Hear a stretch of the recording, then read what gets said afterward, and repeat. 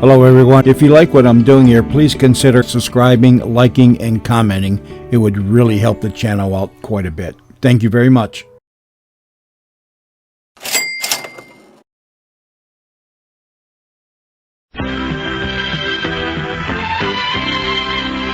And now, Mystery Theater.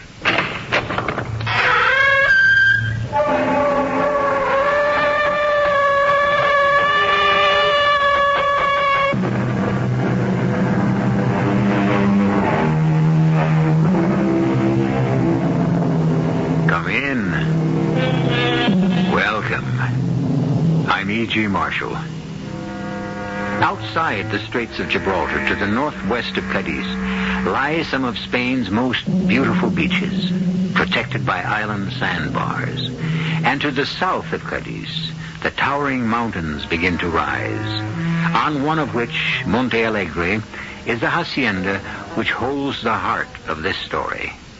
Approaching it by car at this moment are Chad Reynolds and Elizabeth Monroe. But you haven't told me about the Senora Escobar. La Doña? To give her a full title? Oh, no. She's not to be mentioned. Why not? Because she is dead. You remember that little loggia I showed you cut into the mountain? The wedding present. Uh-huh. It, turned out to be her tombstone also.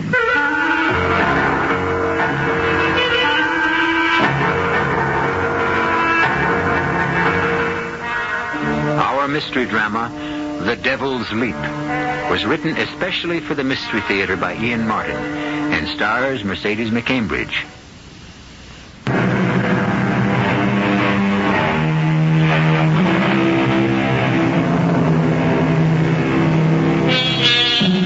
All men love beauty in a woman.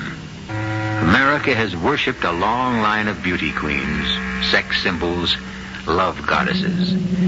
And today, as of this moment, one of the, perhaps the best loved, is Elizabeth Monroe.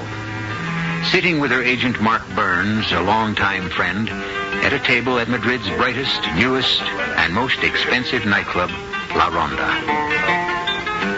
What's the matter, Liz? What? You're not eating. Oh, no, I, Don't stop worrying about me. I'm washed out. You shouldn't have let me book you into this place. Oh, don't be silly. I was here for retakes on the picture, and I had this... Well, I wanted to sing again, Mark. I mean, in front of people. Listen, you could go home, take the Hollywood bowl, and fill it and get your heart's desire. Little wine? All right. No, I didn't mean that. I meant... Oh, hey, you spilled it. I'm sorry. No, I'm the one that's sorry. Well, why did you start so and turn away like that? I just didn't want that boy crossing the dance floor to see me.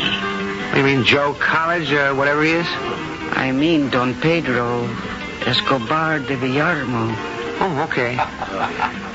So outside of his name, what's his particular problem? It's just that he hates me. He's male and he hates you? Enough to kill me. And with reason. When I think of what I once had to do to that boy, Mark, I can't stay here. Come on. I'll have to go back to my dressing room.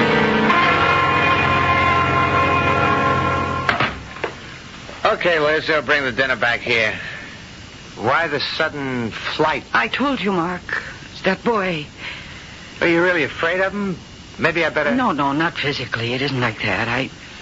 If he's going to be in the audience tonight, I don't want to sing. No, that's not in the contract, Liz. 2 shows a night, dinner and supper at a queen's stipend. Not enough for you, but it's what you insisted on signing. You should be taking a rest between pictures. Who needs this? I told you. I had an unstoppable yen to go back to my beginnings, to be with people. Something that lives and breathes and reacts so that you can feel it. It began a long time before you found me. I couldn't get anywhere at home, but here in Europe they liked me as a singer. And it was here, in Spain, in Cadiz, that I had my first really big success. What was I then? Well, not all that young, really. I was 27, I guess. You ever been in Cadiz, Mark, in the height of summer? The water's a dancing fire, sparkling 1,000 colors under that burnished sun. The skies are high and blue and cloudless, and the faces of the people shine with love and laughter.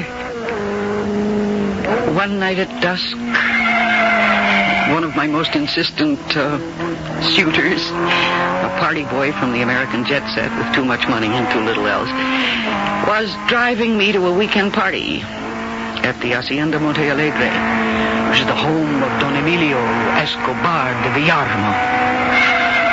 Oh, Chad, for heaven's sake, take it easy on the curves. Have no fear, lady. I wouldn't risk a hair on that blonde and lovely head. Well, I'm just a hard-working nightclub singer who's looking for a restful weekend. I don't promise you rest at Monte Alegre. It's apt to be more fiesta. I hope. Well, it'll be a change of scene anyway. Are we getting near it? Yep, very soon now, around this next bend. Hey, look up there at the mountain as we go across the bridge over the gorge. You see that little lodgio up there like an eagle's nest? Yes. Oh, it looks like it's cut right out of the mountain. It was, by Don Emilio. Wedding present for his wife. Oh, there's the most magnificent view from there. Cadiz to the north, Gibraltar to the south, and the whole Atlantic beyond the sandbars, stretching into infinity. Ah, what a lovely wedding present. Yeah, only backfired. Turned out to be a pretty deadly one. Well, what do you mean? Oh, let's drop it, Liz. What do I call my host? Well, if you want to be very formal, it is Senor Escobar. More intimately, or informally, Don Emilio. Well, which do you suggest? It's up to you. You're going to find him unbending, remote, and very much in the tradition of the Spanish grande. And the rest of his household? One son. His only son, Don Pedro. His nickname is Perico. He just came back from a year as an exchange student at Princeton. That's how I met the family, through my kid brother knowing Perico. He's a strange guy. He's shy and intelligent, but well, just let's leave it. He's strange. How old is he? About 17, I guess. He's kind of young in a lot of ways for his age. 17? I'm surprised he's a very young son for Don Emilio because he's not that young. Oh, well, he seems older than he is. He's had quite a bit of sadness in his life. But come on, Liz, I don't want to depress you. You haven't told me about Senora Escobar. La Doña. Well, she's not to be mentioned. Oh, why not? Because she's dead. Oh, I'm sorry. Was it recently? No, 5 years or so ago. Look, you remember that little loggia I told you about? The wedding present? Oh, yeah. It turned out to be her tombstone also. What? The road down to it is closed up. No one goes there anymore. The natives think it's haunted. They call it El Salto de Diablo. You mean the Devil's Leap? That's right. One night 5 or 6 years ago, part of the balustrade gave way, and Don Emilio's wife fell 1,000 feet down the mountain from there to her death. Well, you're certainly making this weekend sound less and less attractive. Well, to compensate, I guess, Don Emilio has surrounded himself ever since his wife's death with color and gaiety and young people. That's why he asked me to bring you. You'll see. Oh, look. Oh, how gorgeous that is. I don't know how to describe it. The famous carnations of Monte Alegre. Oh. Don Emilio's hobby. I suppose there isn't a color or variety he doesn't grow. They were her favorite flower. They say that when she was found, she had a blood-red one, clasped in one hand.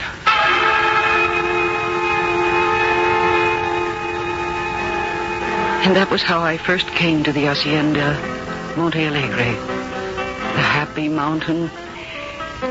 And my host, Don Emilio, I found to be gracious and formal, less cold than Chad had led me to believe.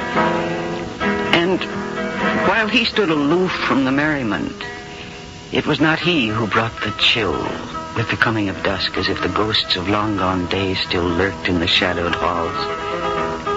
No, the most tragic ghost of all was the pale, intense young man with the great liquid brown eyes who hovered on the edge of the gaiety as though haunted and unbearably sad.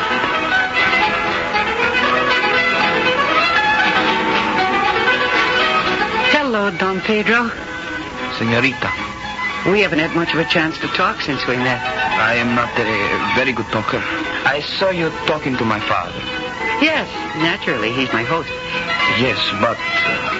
But what, Don Pedro? please, it is formal. You will call me Perico, perhaps? Please, Senorita Monroe. All right, it's a very nice name. And I am Elizabeth. Elisabetta. My friends call me Liz. I want to be your friend. Would you want to promenade in the garden before the light goes? Oh, I'd love it. Thank you.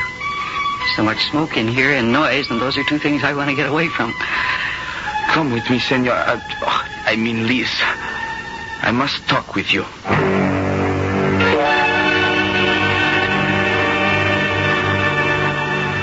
Even in this fading light, they are still so beautiful. Los claveles. I beg your pardon. The carnations. They were my mother's favorite flower. Would you like to see where she died, Senorita Liz? Why, I want to show you. Because I think you should leave here tonight. Now. If I asked you to, would you? Why, Perico, I can't. I'm a guest. You will come with me, so you will understand why you must live here. I went with him, almost mesmerized. I don't know why. I should have thought of danger with this strange, intense, tightly wound boy. It's like the mainspring of a watch ready to snap, like an explosion waiting to occur. But there was something so appealing about him. So I followed him. Beyond the carnations to a gap between the rocks, now boarded up by a heavy oaken door. But he veered to the left of it. And then after a moment, he moved aside a heavy rock that swung on a pivot. And we went through and down some steps in front of us until we emerged onto a flat stage that hung almost suspended in space, with a summer house built against the mountain and then a balustrade guarding the drop below. And with a start in the twilight, I realized that I was on the Devil's Leap, the spot Chad had shown me from the road below. Why did you bring me here, Perico? Because I had to warn you. There is death here, Liz. My father desires you. I could see it in his eyes. Don Emilio? Oh, really? I do not joke. I know my father. He kills everything he loves. And I do not want you to die as my mother died. Come here to the balustrade, and I will show you.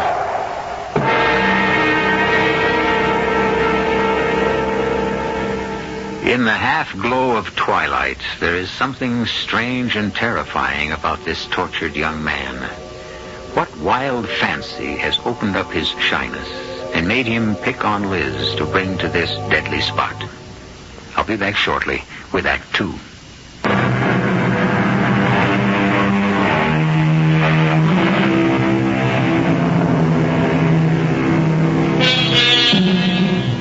Instinctively, Liz clings to the solid safety of the loggia, backed by the mountain. Invitingly outlined by the last reflected glare of the sun, which has just set, Perico stands by the low balustrade, a few scant inches from a plunge of over 1,000 feet. You are in danger here. From your father? Oh, I can't believe that. Can you believe that 5 years ago, by the time I was 12, my mother lay down there, 1,200 feet down, crushed and broken on the rocks? Yes, I've heard that she had an accident that the balustrade gave way. It was no accident. My father threw her over because he had tired of her. The balustrade was broken later to make it seem like an accident. Perico. Oh, how can you think such things about your father? You, of all people, should be able to see how your mother's death very nearly destroyed him. Not her death. His guilt. Well, how can I argue with you? But I am sorry for you. Sorry for me. Why? To live with such hate locked up inside you. Oh, look, Perico. Look down at those magnificent beaches. They're the best in all of Spain. And there are fiestas, festivals, and bullfights. And even this week, a carnival. Oh, yes, the carnival. Yes, and this year bigger than ever. With real sideshows and a carousel and lots of games. And a Ferris wheel. Yes, a Ferris wheel. I've never been up in one. Oh. Could we go together? Caramba, how I would like that. Will you go with me, señorita? Liz. Yes, Liz. Would you? Oh, we could have lots of excitement and fun, huh, Perico? Magnifico. Will you let me take you with me? I think that would be just magnifico. And exactly what is everybody singing Magnifico about? Don Emilio. Perico, you know who I am? Si, senor. Then do me the courtesy of addressing me correctly. Oh, yes, me. Padre. What are you doing here? You know this place is forbidden. How did you know I was here? It's beside the point. You have not answered my question. Why do you have to spoil everything? Always. You forget yourself in front of a guest. Leave us. It's all right, Liz. You'll be safe. I know you're here. Perico, what do you... I must apologize for my son. I hope you will forgive him, Senorita Monroe. There's nothing to forgive. I found him charming until I appeared, eh? Es por nada. It's not difficult to know that you were missing, and Perico is always on my mind. I had a sudden uneasiness. When I saw the rock was out of place, I thought I might find you here. Well, I should be the one who apologizes, really, but Perico was so anxious to bring me here that I didn't want him. I don't know if Perico brought you here or what he has been telling you. Well, he's been telling me that he has never been to a carnival and that he would like to escort me to the one in Cadiz. Senorita, I would not want to impose on my guests. I've already accepted. Subject, of course, to your approval. What can I say? I am only sorry that I am not the one to be your escort. The wind is rising. Yes, not a good place to be. You'll forgive me as a bad host, but I cannot stand this place, senorita. El Salto de Diablo, well named. Oh. Senorita, what is it? Well, that lovely red carnation. You've crushed it in your hand. Oh? I'm sorry. It was meant for you. We will find you another on the way back. I lay awake for a long time that night. I wondered about that long ago accident or suicide or... Yes, I wondered, too, if some guilty secret had laid its pall over this uneasy house. But washing all that out of my mind was a wave of pity for two lonely people. A proud, unbending older man and a shy, hurt boy whose world had been shattered before he'd even had time to build it. Both of them were haunted by a tragedy that should have brought them closer together, but which instead had driven them apart.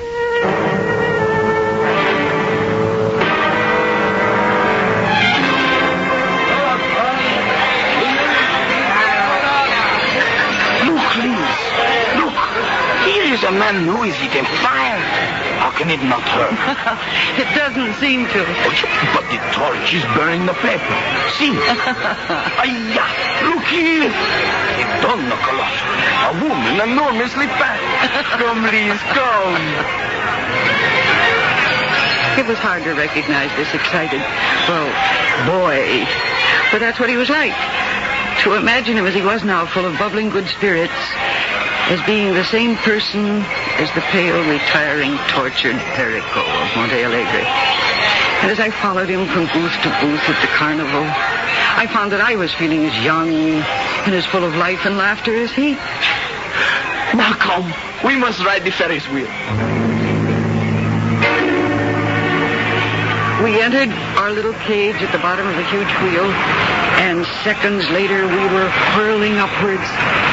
And suddenly Perico's hand was grasping mine, his eyes darting about the carnival below, all eager and pleased.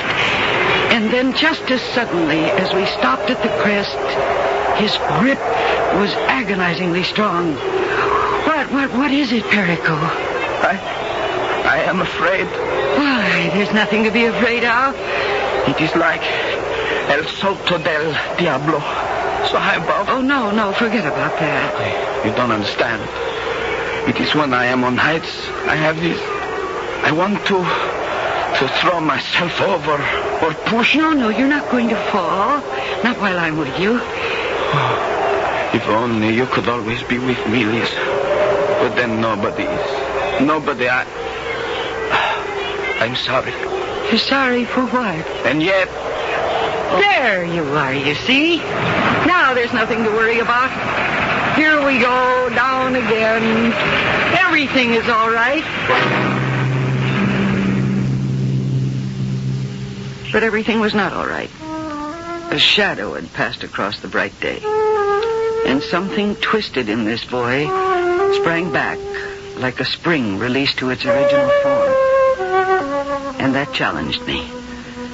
I promised myself that before I left Cadiz, I would try to banish that shadow.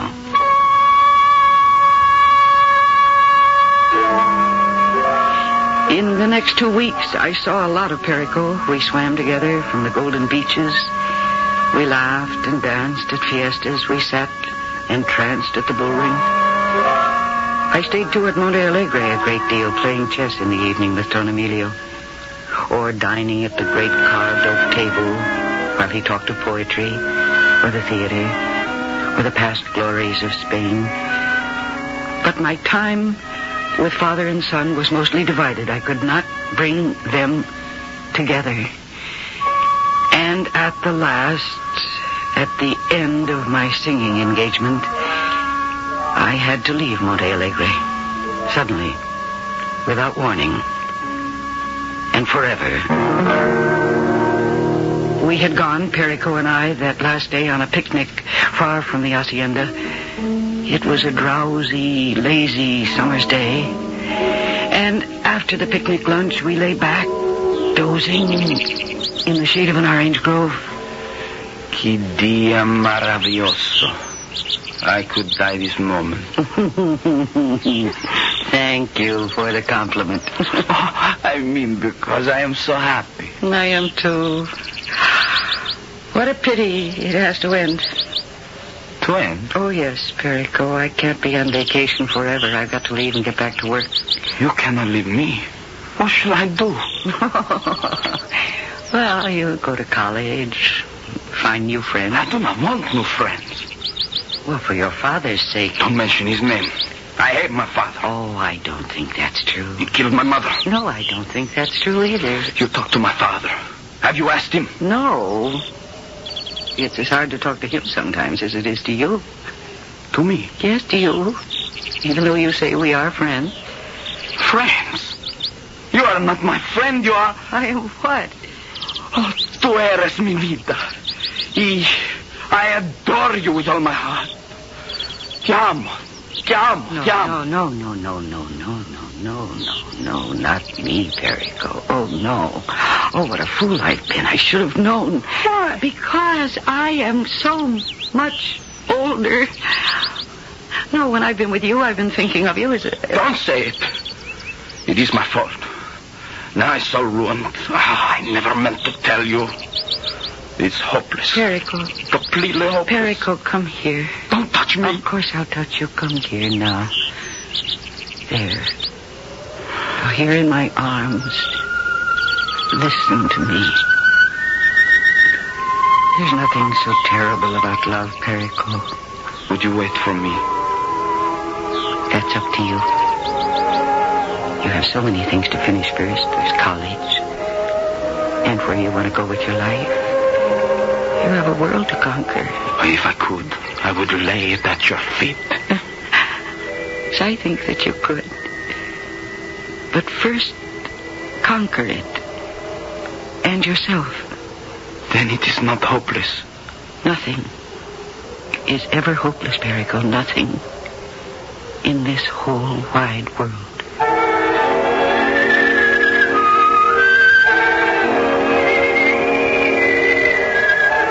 Why did you bring me down here, Don Emilio? I don't quite know. Except it is a place where we can be completely alone. And this is your last night in Andalusia. At least it's before twilight. And the view is indescribably lovely. As you are. I can tell you one reason I brought you here. I have a story to tell you before I ask you to marry me. To marry you? But I know. It is strange. I never thought love could come to me again. But it has. Well, if for no other reason, for Perico's sake, I can't marry you. He's in love with me, too. Love? A boy? A child? Oh, no. A young man. Your child has grown up very fast, Don Emilio. Yeah. Why must something always stand between me and the one I love? This wretched place, the home of the devil himself. Even the moon rises in blood upon it. Well, then, once again, let it rise and sink on it.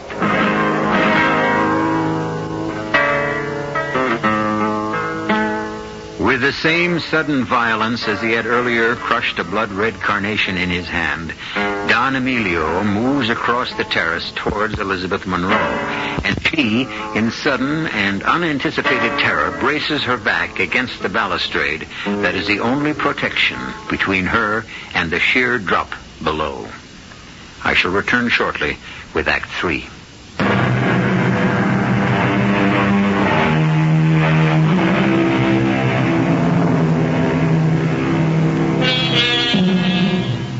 As Don Emilio moves fixedly toward where she stands at the balustrade of the terrace, 1,000 feet above the jagged rocks below, Liz's terror is only momentary.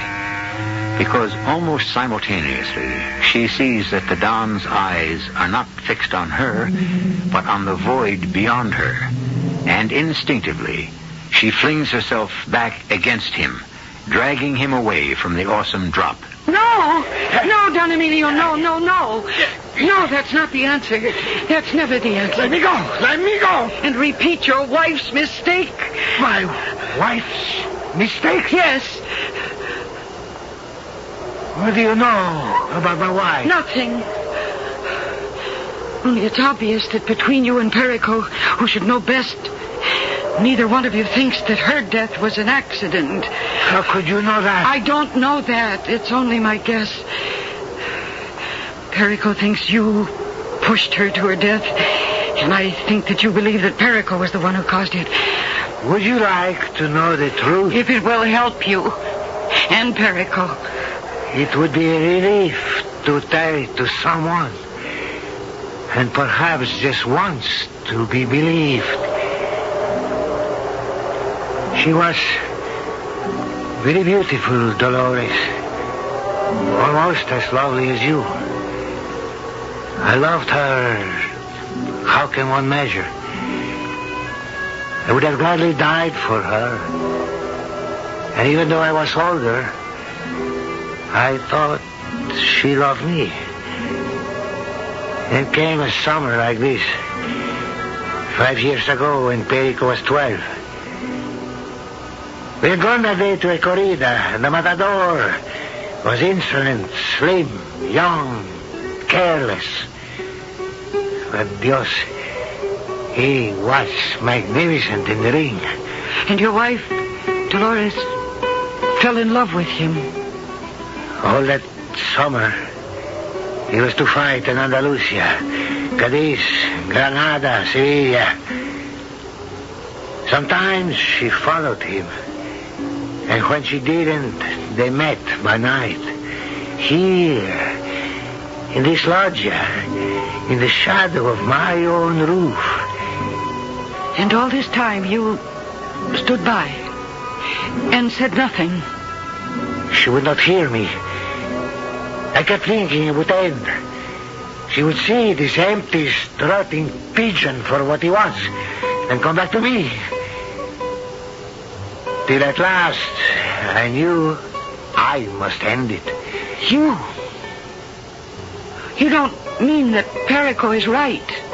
No. I bought this strutting peacock of a matador off, as I should have in the beginning. He walked out without a backward look. And your wife? One night, Dolores stole from the house down here to the Devil's Platform. I thought perhaps that... I don't know what was in my mind. I stumbled down here blindly, half expecting to find them together again. And on the way, I even have memory of looking back and seeing Perico running in the shadows somewhere. But when I got here, I don't know what I might have done if I'd found them. Instead, I found... Don Emilio, you'd better finish it now that you started. Cleanse my soul. I found myself alone under a blood-red moon till I looked over the parapet. And there, far below, she lay broken and bloodied as the moon and the carnation we found in her hand. An accident. I mean, the balustrade was broken, wasn't it? That had happened in the rains a day or so before. So it was what I finally guessed. A suicide. I might have learned to live with that. But not... Not what? Oh, you can't think that Perico could possibly have... We both loved her so. Anything is possible. The curse of our heritage is too much pride. Too much pride? You think that Perico might somehow have found out about his mother, and that he... I cannot allow myself to think such a thing. And to the best of my knowledge, he has never known. And does not to this day. Well, now, what is there left to be said? I had hoped, watching you and Perico together, and from all the times we have been together, that somehow what has been lost could be found again. I had dared to hope that you would marry me. To bring you and Perico together? I am not that totally unselfish or incapable of love. No. First, for yourself. Then the other. But for you to marry Perico... Marry him? No. I'm much too old for your son. As much as I love him. You have all his trust and confidence. And his heart. I know, I blame myself for that. Senorita, forget the Escobar family. There is nothing you can do for us. Well, maybe I can. If I can face being cruel enough. Okay? First love is full of pain. And it is sometimes better to be cruel in order to be kind. I think perhaps what this situation needs is a new villain. Yes. That's the best thing I can do. What are you going to do, senorita? I'm going to help you try to find your son.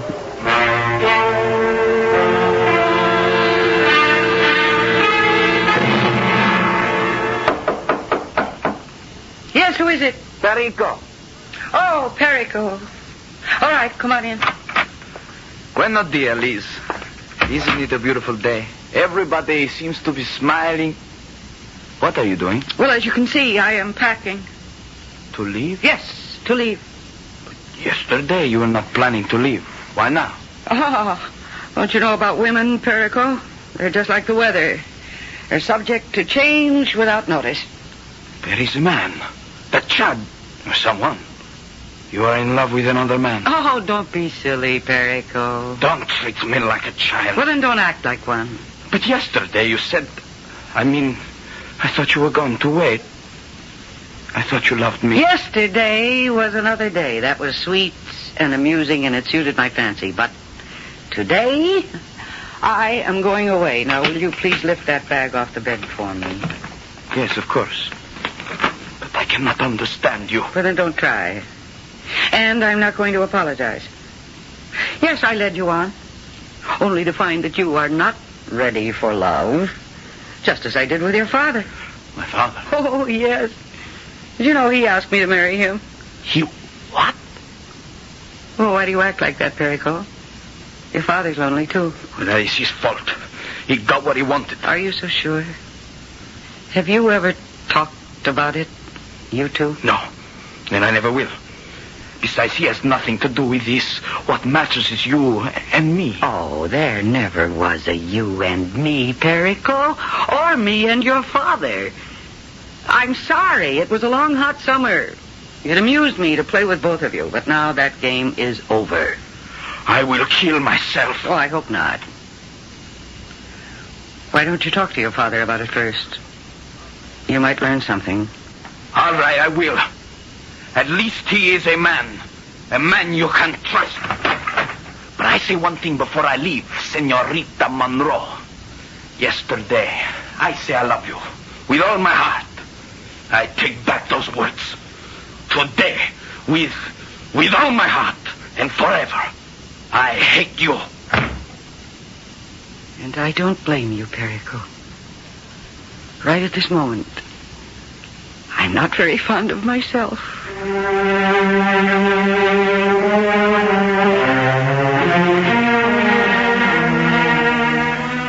And that's the end of the story, Mark. It was the last time I saw Perico until he walked across the dance floor tonight. And that's why I fled to my dressing room with you, because I was so afraid to face him. But the story isn't finished. What happened? Did your gamble work? I don't even know. I haven't heard from either one of them since I left Cadiz. Oh, Lord, look at the time. I've got to get made up and ready. Would you get that for me, Mark? Oh, sure. Yeah. Sure. She'll be ready. What? Yeah, send them in. What is it? Is it my cue? No, relax. You got a few minutes. Okay. Excuse me. Oh, thanks, Arturo. I'll handle them. What is it? Like about the biggest bunch of carnations I ever saw. With a note. A note? Well, I haven't time right now. What does the note say? I think you better read the note yourself. Oh, dear, where's my fan? And my gloves, too. No, you got time. They'll wait for you. Read the note. Okay, give it to me. Let me see. Oh, dear Liz, the carnations are from my father, who has told me the whole story about how you left Monte Alegre. When I read that you were to sing at La Ronda in Madrid, I had to come to hear you. I wanted to thank you for giving me back my life and my father's. Would it be too much to hope that you might join all of us at our table afterwards? Con todo mi corazón, Perico. All of us. There's a postscript there. Oh, yeah. For many reasons.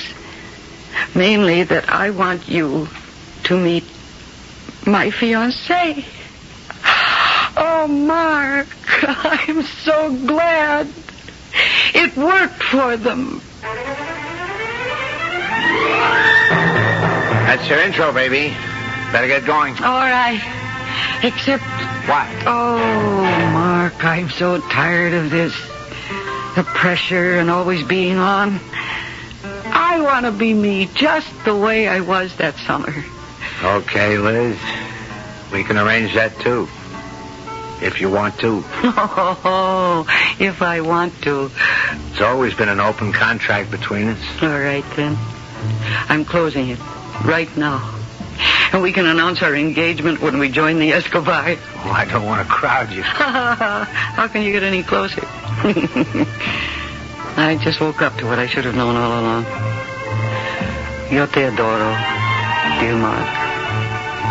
Con todo mi corazón.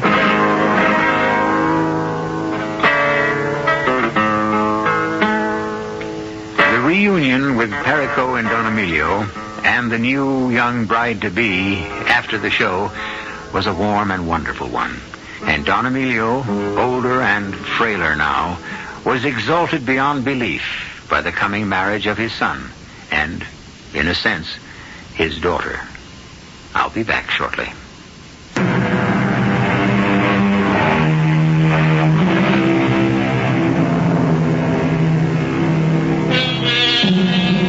There are some cynics who might phrase marriage as El Salto de Diablo, the devil's leap. I cannot answer for Perico and his bride because I lost track of them. But as for Liz and Mark, the leap was upwards, never down. Our cast included Mercedes McCambridge, Robert Dryden, Ian Martin, and Christopher Tabori. The entire production was under the direction of Hyman Brown.